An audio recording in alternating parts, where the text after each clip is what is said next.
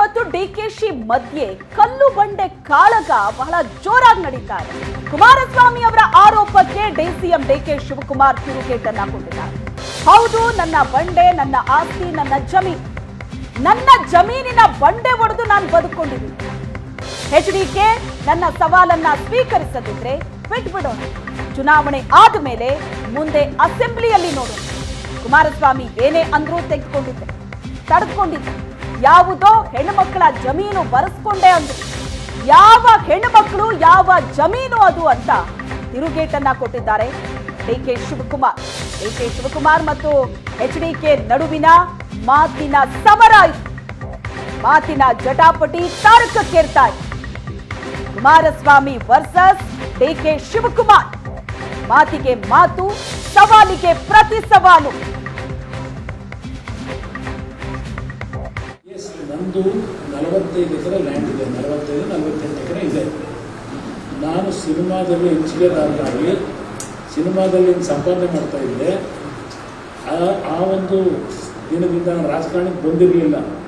ನಾನು ರಾಜಕಾರಣಕ್ಕೆ ಬರೋದಕ್ಕಿಂತ 10 ವರ್ಷದ ಮುಂಚೆ ಆಸ್ತಿ ತಗೊಂಡಿರ್ತಕ್ಕಂಥದ್ದು. ರಾಜಕಾರಣಕ್ಕೆ ಬಂದ ಮೇಲೆ ನಾನೇನು ಆಸ್ತಿ ಮಾಡಿಲ್ಲ. ನನ್ನ ತೋಟದಲ್ಲಿ ಏನು ಬೆಳಿತೀನಿ ಅನ್ನೋದು ಬಂದು ನೋಡಪ್ಪ, ನಾನೇನು ರೆಸಾರ್ಟ್ ಮಾಡಿಲ್ಲ.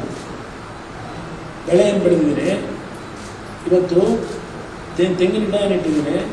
ಸುಮಾರು 20 ಟನ್ ಕೊಬ್ಬರಿನ ರೇಟ್ 8,000 ರೂಪಾಯಿ ಇತ್ತು, ಮಾರಾಟ ಮಾಡೋದು ಇಟ್ಟಿದ್ದೀನಿ, ಸ್ಟಾಕ್ ಇಟ್ಟಿದ್ದೀನಿ.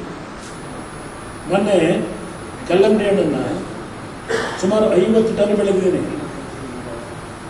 50 ಟನ್ ಕಲ್ಲಂಗಡಿ ಹಣ್ಣು ಬೆಳೆದಿದ್ದೇನೆ. ಸುಮಾರು 55 ಲಕ್ಷ ರೂಪಾಯಿ ವೆಚ್ಚದ ಬಾಳೆಹಣ್ಣು ಬೆಳೆದಿದ್ದೇನೆ. ಬಾಳೆ ವಿಡಿಯೋ ಮಾಡಿಟ್ಟಿದ್ದೀನಿ. ಎಲ್ಲ ನಾನು ಬೆಳೆದಿರ್ತಕ್ಕಂಥ ಬೆಳೆ ವಿಡಿಯೋ ಮಾಡಿಟ್ಟಿದ್ದೀನಪ್ಪ.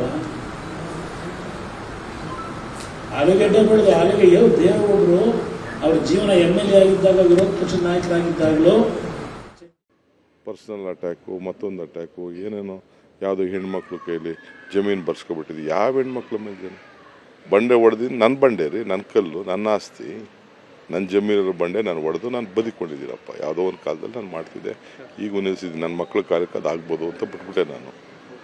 ಅವೆಲ್ಲ ಬೇಡ ಆಯಿತು. ಅವ್ರ ಕೈಲಿ ಸವಾಲು ಸ್ವೀಕಾರ ಮಾಡೋಕ್ಕೆ ನಾನು ಬಿಟ್ಬಿಡೋಣ.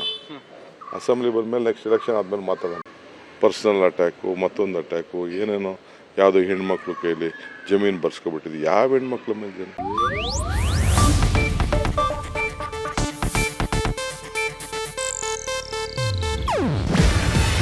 ಇದು ಏಷ್ಯಾನೆಟ್ ನ್ಯೂಸ್ ನೆಟ್ವರ್ಕ್ ಪ್ರಸ್ತುತಿ.